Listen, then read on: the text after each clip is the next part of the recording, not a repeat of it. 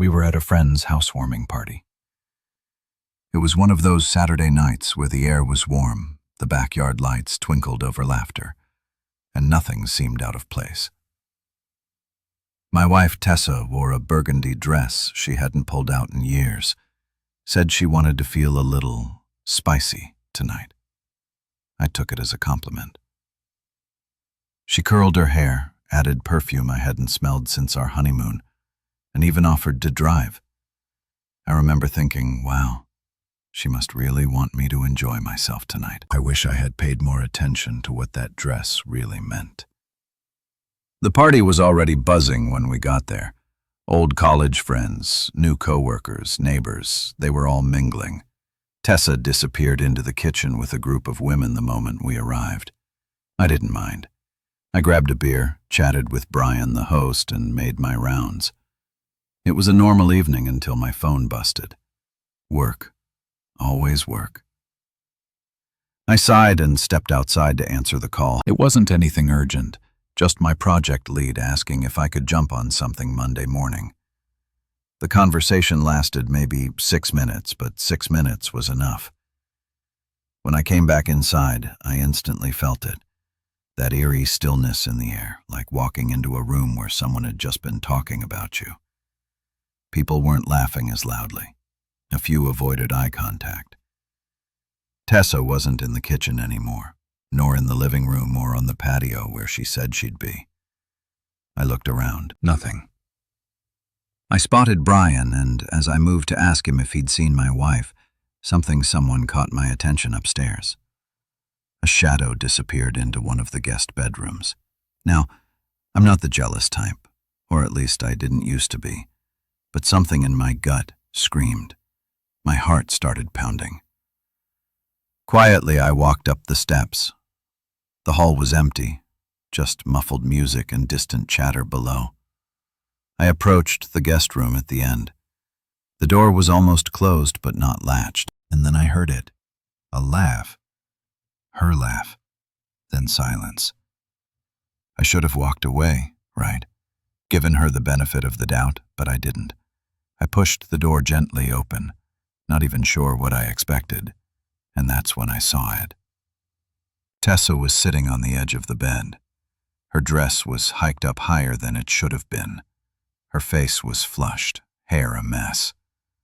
Sitting across from her was a man, mid-30s, smirking, shirt unbuttoned, one shoe off. In between them on the bed was a half-empty glass of red wine and a phone pointed right at them, still recording. They both froze. "Tessa," I said, my voice barely mine. Her eyes widened. I was just... The guy cut in, not even flinching. "Dude, it's not what it looks like." It was exactly what it looked like. She scrambled to smooth her dress, knocking over the wine. It splashed onto the sheets. I watched it spread like blood, soaking into white cotton. "I came up here to talk," she stammered. We weren't. The guy got up and grabbed his shirt. "Look, man, we didn't think anyone would come looking. That's what burned. We didn't think anyone would come looking." I turned and left, walked straight down those stairs, out the door, across the lawn and into the street. I heard her calling after me, but I didn't stop. I didn't even feel the night air. I just walked. I didn't know where I was going, but I knew I couldn't stay. I didn't sleep that night. By sunrise, I had packed a bag and moved into a hotel. I didn't call her. Didn't respond to her dozen missed calls. I didn't even cry. I just stared at the ceiling, wondering how long she'd been doing this, and how I could have been so blind. But the worst part, that was only the beginning. The hours after I left that housewarming party felt like I was stuck in some limbo between rage and paralysis. I didn't even know what I was more shocked by, what I saw, or how quickly it unfolded, like it had been rehearsed. I didn't tell anyone. I didn't even go to my brother's place like I considered. I needed silence more than sympathy. So, I checked into a quiet hotel on the other side of town, turned off all notifications, and just sat in that room with the curtains drawn, letting the disbelief stretch into dawn. The following day, Tessa sent a single message. "Please come home. We need to talk." I didn't reply. Instead, I replayed the scene in my head over and over. How casual he looked. How comfortable she seemed. That's what haunted me. Not just the betrayal itself, but how easy it looked for her. As if this wasn't the first time. As if I'd been the outsider in my own marriage for longer than I realized in that damned phone. I couldn't get the image out of my mind. Her sitting on the bed, his phone facing them, recording. What were they doing before I walked in? What would they have done after if I hadn't interrupted? And why recorded? That last question noted at me. By Monday, I forced myself to return home, but I didn't tell her. I arrived in the middle of the day, assuming she'd be at work. I needed answers, evidence, something to prove I wasn't losing my mind. The house was quiet, as expected, but her laptop was on the kitchen table, unlocked. In curiosity, no, desperation, got the better of me. I clicked the browser, Gmail open, Brave. She wasn't even trying to hide it. The emails were surreal threads between her and someone labeled Chris G, short for Chris from Jim. I realized harmless at first, flirty, then explicit, then video attachments. I almost didn't click them, but I did. And what I saw wasn't just a confirmation of the affair. It was production. Multiple angles, lingerie I'd never seen her wear, her voice moaning his name. Their faces close to the camera kissing like teenagers. Were still. I recognized the background in some of the clips. Our guest room, our bed, even the patio I built with my own hands, and dates. Weeks back. Months. There were 7 videos. 7. Some sent from her, others from him. One even had the file name Tess_housewarming_prep.mpp4. My stomach dropped. That wasn't just an impulsive moment at the party. It had been planned. The red dress, the perfume, the casual mention of just having a little fun tonight. It was a script, and I had been nothing but the husband playing the role of the clueless idiot. But here's where things got weirder. One of the emails sent just days before the party was from someone else entirely, not Chris. Someone with a username that looked like a handle, Graybox Producer. The subject read, "Let me know if you're still interested. There's demand for real couples inside. You two have great energy. Our viewers love authenticity. You'll get paid more if your husband never finds out." Drama sells. My heart pounded. It wasn't just cheating. It was content. They were turning this into profit, a show, maybe even selling it online. And she knew she was in on it, all of it. I wanted to scream, but instead, I backed away from the laptop, grabbed my keys, and left. I didn't confront her. Not yet. I needed time, and I needed a plan, because this wasn't just infidelity. This was something darker, and it was about to unravel far more than just our marriage. I drove aimlessly that afternoon, my hands shaking the whole time, gripping the steering wheel like it was the only thing anchoring me to reality. I pulled into an empty parking lot behind a strip mall and just sat there trying to piece together the storm that had just hit me. My wife wasn't just cheating. She was filming it, distributing it, and worse, possibly profiting from it without my knowledge, in my house, on my furniture, in our bed. That anonymous email kept repeating in my head. There's demand for real couples. You'll get paid more if your husband never finds out. My stomach turned. That wasn't just a creepy message. It was a business model. Was she in contact with more people like this? Was she part of something ongoing? I opened my own laptop, connected to a public Wi-Fi, and made a huge mistake. I searched for the phrase graybox_producer and added the word couple content to it. I wish I hadn't. Dozens of results popped up. Not on Google, on forums, subreddits, anonymous file-sharing pages. I opened a few and there she was. Not once, not twice, but 5 separate thumbnails.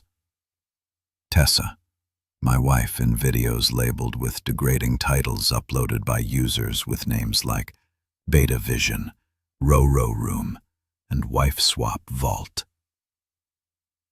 I clicked on one, barely breathing. The opening frame was our guest bathroom. She was laughing, naked, and the man behind the camera said, "He's at work right now, right?" She nodded and whispered, "Yeah, he never checks. It's our little game." I nearly threw the laptop, but I forced myself to keep watching. Not because I wanted to see, but because I needed to know how deep this went. The man filming wasn't Chris from the party. It was someone older, someone I didn't recognize. And that meant what I feared was true. This wasn't just one affair. There were multiple men, multiple videos, possibly months, maybe a year of her leading this double life right under my nose. The cruelest irony, I used to be proud of how independent she was. Tessa had always been social, confident, a little wild in her youth. I figured we'd balanced each other out, me being the quiet, steady one, her bringing color to our life. But that color had become poison, and I had been drinking it every day without noticing. I started saving everything. Links, screenshots, metadata from the videos. I emailed them to myself from a burner account, not because I planned to do anything reckless, but because I realized this wasn't going to be some sad TA'd breakup. I was going to need evidence. I wasn't going to let her smile through a divorce settlement while playing the victim. And just when I thought I had seen it all, something happened that nearly made me pass out in that parking lot. A new video went live on one of those sites while I was still scrolling. It had a timestamp from the night of the party. The title, "She seduced him while her husband was outside." I clicked on it, my entire body frozen. It was them, Chris and Tessa. The entire thing beginning to end, the same bedroom I walked in on. But what I hadn't known, what I hadn't seen, was what happened before I opened the door. They talked about me, about how I was probably on a boring work call again. She joked about how easy it was to distract me. And then she said something that made me audibly groan. "Let's make it quick. He's probably too spineless to say anything, even if he finds out." Spineless. That was the moment something inside me broke. I wasn't angry in the usual way. I wasn't even heartbroken anymore. I felt scorched, like my soul had been scraped out and replaced with something colder. That video, that one video, changed everything. Because now this wasn't just cheating. It was mockery. It was humiliation. And the whole world, or at least a perverse corner of it, was watching and laughing. I closed the laptop, sat in silence for what felt like an hour, and then picked up my phone. I texted her just one sentence. I saw it all. Every last second. She replied instantly. "Please just come home. I can explain everything." But there was no explanation for this. There was only one thing left to do. Disappear. I didn't go home that night. I didn't even go to the hotel. Instead, I drove 2 hours out of town to a lakeside cabin my late uncle left me in his will. It was rarely used, dusty, barely furnished. But it had power, running water, and more importantly, no one knew I was there. I needed distance, not just from Tessa, but from the version of myself that would have accepted another apology or begged for answers. I didn't answer her calls, not even when they turned frantic. She left voicemails crying, whispering that it wasn't what it looked like and that things got out of hand. Then came the excuses. She was lost, confused, pressured. She blamed Chris. She blamed the videos on something stupid they tried once or twice. She even had the audacity to say it didn't mean anything. But I already knew too much. I had seen the emails, the offers, the scripting, the filming. The fact that she was uploading new content while begging for forgiveness only proved how deep her deception ran. She wasn't trying to fix things. She was trying to cover her tracks before I did something permanent, like file for divorce or go public. On the third day of silence, she showed up at my job. I didn't see her at first. My coworkers did. I guess they thought she looked out of place because two of them warned me she was in the lobby before I walked out. I ducked through the back exit, got her my car, and watched her from a distance. She looked like a shattered version of herself. Messy hair, no makeup, shaking hands, clinging to her phone like it was a lifeline. That used to affect me. It didn't anymore. Instead of facing her, I went back to the cabin. That's when I found something that tipped the entire story on its head. I was digging through one of my old storage boxes looking for my uncle's paperwork when I came across an old tablet I hadn't touched in years. I powered it on just out of boredom. It was still connected to our old cloud drive. Tessa and I had set it up back when we first got married. The sync hadn't stopped. It had been backing up her photos automatically, even the ones from her private folders. What I saw next made everything feel even sicker. There were hundreds of photos, not just of her and Chris. There were at least 4 different men. One of them I recognized. He was our neighbor. Another a coworker from my company. Then there were candid shots of me eating, sleeping, working at my desk. Some taken from angles that made it clear she was capturing me without my knowledge. The captions chilled me behind every loyal man. Beta Fuel still thinks I'm working late. It was humiliation layered over betrayal. It wasn't just that she cheated. She documented it, mocked it, and stored it like trophies.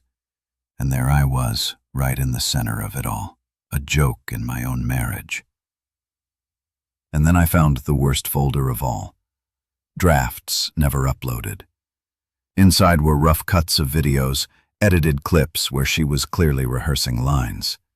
One had her speaking directly to the camera. She called herself by a different name, Mira. She described herself as a married thrill-seeker exploring boundaries. She said she had a vanilla husband who has no idea what his perfect wife is up to. I had to pause the video 3 times. My hands were sweating. I was lightheaded. She had turned our life into a character study and me into the clueless background extra. That night I sat on the cabin porch staring at the lake, the cold wind biting at my face. I didn't feel human anymore. I felt like some hollow placeholder in someone else's fantasy. My marriage wasn't just a lie. It had been weaponized for content, followers, and God knows what kind of twisted gratification. I thought about burning the tablet, throwing it into the lake. But I didn't. I was done hiding. If she wanted a show, she was going to get one. It's strange how quickly someone you thought you knew can become a stranger. No, scratch that. A predator. That's what she felt like to me now. A woman who had hunted not for sex or even attention, but for domination, control. Tessa didn't just cheat on me. She designed a performance out of our marriage and broadcasted it to anyone willing to click play. And worst of all, she enjoyed it. I started connecting dots I didn't want to connect. Memories I'd buried, moments that once seemed insignificant, now returned with new, horrifying clarity. Like the time she went on a girls' trip last summer, but came home with strange bruises on her thighs. Or when she suddenly insisted we stop sharing bank passwords, saying it was for financial independence. Or the late-night Zoom calls where I overheard giggling and muted audio. At the time, I chalked it all up to trust because I trusted her like a fool. I had to know what else she was hiding. So, I accessed our shared bank records and old statements. At first, nothing obvious jumped out. But then, I saw an outgoing transfer to a payment service I didn't recognize. It was recurring, monthly, always around $1,250. I Googled it.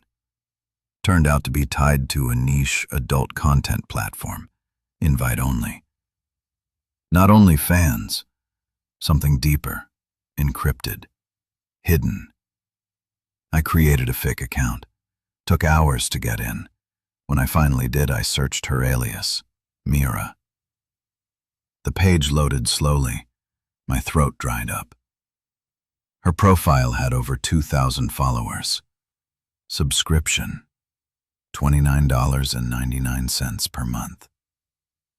She had uploaded 73 videos, hundreds of photos. There were pinned comments from users begging for custom content, calling her queen, goddess, Mary, perfection. I scanned the list of usernames, some anonymous but others real names. A few from our town, one from our local gym. Even when I recognized it from a former client of mine, she was famous. Quietly, discreetly, she had built a digital double life. One where I was nothing but a backstory, a convenient prop to complete the illusion. But it wasn't just videos. She was selling things. Used clothing, underwear, memory packages, whatever the hell that meant. She had even started a private chat tier. I clicked on the sample gallery.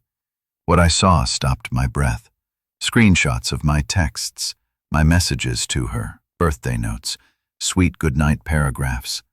She had uploaded them, circled phrases like, "You're the love of my life," and captioned them with things like, "He has no idea what I did to his shirt an hour before he sent this." I gripped the edge of the table so hard I thought my fingers would break. But I kept looking. I had to. One final folder was locked. It was titled Last Chapter. Subscribers were commenting on it, speculating what it was. A big finale, a public reveal. Some even asked, "Will the husband finally find out?" I realized, horrified, that Tessa had planned to release me. My reaction, my devastation. She had either been secretly recording me or planning to. I looked around the cabin. It was my safe place. Was she here too at some point? Had she bugged the house? I checked every corner, nothing obvious, but paranoia had already taken root, and that was the final betrayal. I no longer felt safe in any space we once shared. That night I didn't sleep. Instead, I made a list, a very careful, deliberate one. I started gathering everything, the emails, the video metadata, the banking transactions, the cloud backups, the screenshots. I backed it all up to an encrypted drive and stored it somewhere she could never find. Because this wasn't about heartbreak anymore. This was about exposure and consequences. And when I finally returned to the city, I didn't go to our house. I went to her office and waited because if she wanted to live like this, to treat our marriage like a game, then she could explain it all. Not to me, but to her boss, her colleagues, and everyone who ever believed she was the kind of woman who deserved to be trusted. I arrived at her office before noon and waited across the street in my car. I didn't storm in, didn't cause a scene. I wasn't there to shout or humiliate her. No, I wanted to watch her walk out with her coffee, chatting with co-workers, laughing like her world was untouched because in just a few minutes, that world was going to split at the seams. She didn't know what I had. She didn't know I had been building a digital case file. She still thought I was grieving, broken, retreating into a hotel room or crying in a cabin somewhere, nursing my wounds like a good little beta. But the man she betrayed wasn't the one she left behind. That man was gone. At 12:17 p.m., Tessa walked out of the building in that navy blue blazer she always used for serious meetings. Hair tied back, bright smile. She looked like the model employee, perfect wife, accomplished professional. She hugged someone goodbye and started walking toward her car. I stepped out in front of her just as she clicked the key fob. Her expression dropped instantly. "Oh my God, where have you been?" she gasped. I didn't say anything. I just handed her a flash drive. "You're going to want to watch that before your next Mirror upload," I said coldly. "And maybe before your next HR meeting." She looked down at the flash drive like it was a grenade. "What is this?" "Everything," I said. "Every file, every password you forgot to delete, every chat, every bank transfer. It's all there. Don't worry, I made backups." She looked around nervously. "Can we talk somewhere private? Like our bed?" I replied. "Oh, wait. You've had plenty of company there already." She reached for my arm. I pulled back. "I'm not here to negotiate. I'm not here to listen to your soba story or hear about how you were lost or trying something new. I'm here to give you a choice." She blinked. "A choice?" "You walk away from everything quietly. No legal battle, no share of my pension, no claim to my name, no attempt to manipulate this. In return, I don't take this to your boss, to your family, to my attorney, or God help you, to the press." She actually laughed. "You think anyone would care? You think this scares me?" I raised an eyebrow. "It should." Then I pulled out my phone. "Do you remember Logan?" She frowned. "Who?" "Your intern. The one you thought was just a stupid kid. The one you bragged to in chat about breaking in married life like it was a pair of shoes." I pressed play on a recording, her voice crystal clear. "He'd never leave. He's addicted to routine. Mint like him always stay. That's why I can film in the house and he doesn't even notice." She turned white. I gave Logan an ultimatum. I said, either he shares your chats with me, or I make sure HR finds out what you were doing during company retreats. Guess what he picked? She tried to speak. I stepped forward. "You thought I was weak. You thought I wouldn't fight back, that I'd just collapse and vanish. But I've been watching you, Tessa, listening, learning. And now the script is mine." She started crying, real panic tears. "Please, you don't understand." It wasn't supposed to go that far. It started off as a thrill, just something stupid, and then it grew. I let her finish. I let her say every cliché I knew was coming, that she still loved me, that she never meant to hurt me, that it was all a fantasy that spun out of control. And then I said the one thing that made her knees buckle. "I know about the final video, the one titled Last Chapter 5. I know you planned to make me part of it, that you were building to a big finale, your husband's meltdown, right?" She stared at me in horror. I leaned in close and whispered, "You'll never get to release it because I just filmed this conversation. You see, Tessa, I've learned from the best." Then I walked away. She didn't follow. She couldn't, because for once, she wasn't in control of the scene. After that confrontation outside her office, I didn't feel victorious. I didn't feel anything. I thought I would. I thought watching her world wobble would give me some sort of justice. But instead, I just felt hollow. I'd been chasing truth, proof, revenge. But now that I had it all in my hands, it just felt like ashes.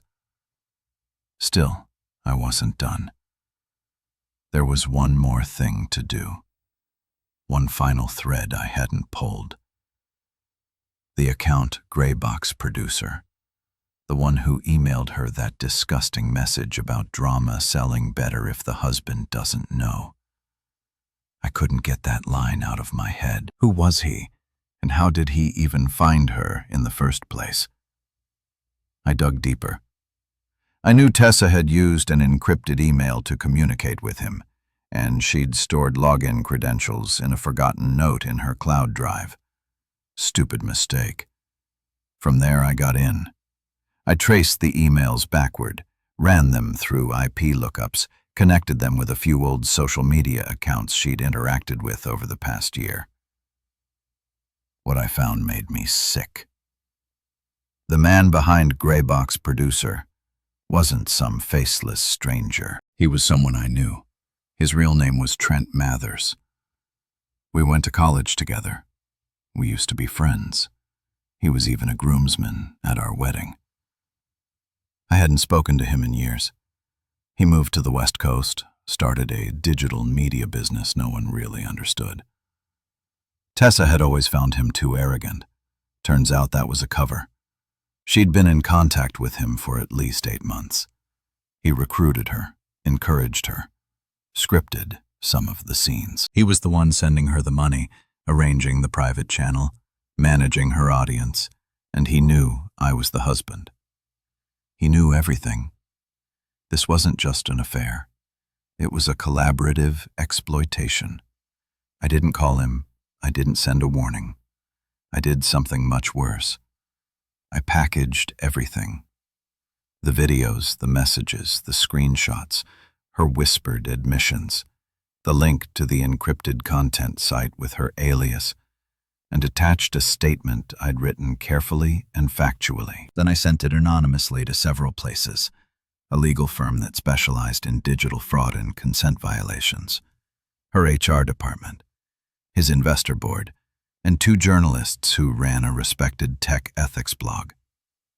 Within 48 hours, everything cracked. Tessa was suspended from her job, pinning an internal investigation. The news hadn't gone public yet, but word spread fast inside the company. A security breach, they called it at first. She tried to downplay it, told a few friends it was a misunderstanding and her husband was retaliating during a separation. But it didn't matter. Her office computer had been used to upload sensitive files. It was over, Trent. He disappeared from every platform, deleted all his accounts. His company site went offline. One of the journalists got back to me. Apparently he'd been involved in similar operations with other couples, all under the guise of consensual digital experiences. But there were no signed releases, no legal waivers, no protection. Just manipulation, deception, and exploitation. A federal investigation was open within days. As for me, I met with a lawyer, not just for divorce, for full asset protection. I had already moved my accounts. I removed her name from every joint document. The prenup, which she had once called insulting, had a clause about public defamation and immoral conduct. I had enough to activate it 10 times over, but the real weight didn't lift until I got a call one evening from her mother. I hadn't spoken to her in years. We were never close, but she sounded broken, quiet. She simply said, "I don't know who my daughter is anymore. I just saw the folder, the things she said about you." "I'm sorry," she cried. And in that moment, I realized how far this thing had spread. This betrayal wasn't private anymore. It wasn't just a marital collapse. It had become a ripple that was pulling down every false image Tessa had built. Friend, wife, employee, daughter. Her entire facade was disintegrating. I didn't rejoice in it. I simply watched it burn. She tried calling me again that night. I didn't answer. She left a voice message. Not angry, not apologizing. Just 6 broken words. "Please don't let it end like this." But it already had. After that final voicemail, just 6 words spoken through breathless guilt. I sat in silence for a long time. I didn't cry. I didn't pace the floor. I didn't scream. Instead, I realized something that surprised even me. I wasn't angry anymore, not even hurt. What I felt was freedom. Because when you survive something like this, the trail, at a level most people wouldn't believe unless they saw the receipts, what follows is a strange kind of clarity. I had been living in a scripted life, one that Tessa directed, edited, and controlled without me even realizing it. But now I held the camera. I held the story. And I finally got to choose how the next chapter went. I finalized the divorce paperwork. She didn't contest anything. She didn't try to take the house or the car or even the dog. I think some part of her was too ashamed to fight, or maybe just too exhausted to continue pretending. She disappeared from my world without ceremony. No courtroom drama, no angry social media rants, just a quiet exit, like an actress stepping off stage when the spotlight finally goes dark.